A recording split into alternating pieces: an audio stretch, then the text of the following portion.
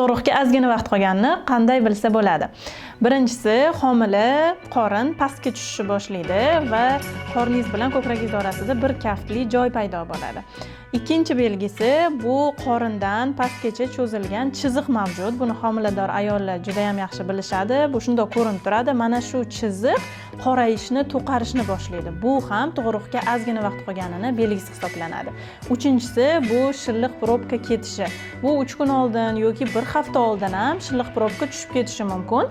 Bunda sheyka yumshashni boshlaganidan bizga dalolat beradi. Odatda bu probka sheykani ustida turadi va homilaga turli xil infeksiyalar kirib ketishidan himoya qiladi. Va sheyka yumshagan sari mana shu probka uzilib tushadi. Agar siz buni guvohi bo'lsangiz, demak tug'ruqga juda ham oz vaqt qoldi degani. Homilador ayollar uchun 11-may kuni Yengil tug'ruq sirlari nomli jonli dars tashkil qilamiz. Ushbu darsda bepul qatnashish uchun profil shapkasidagi havola orqali kanalga o'tib oling.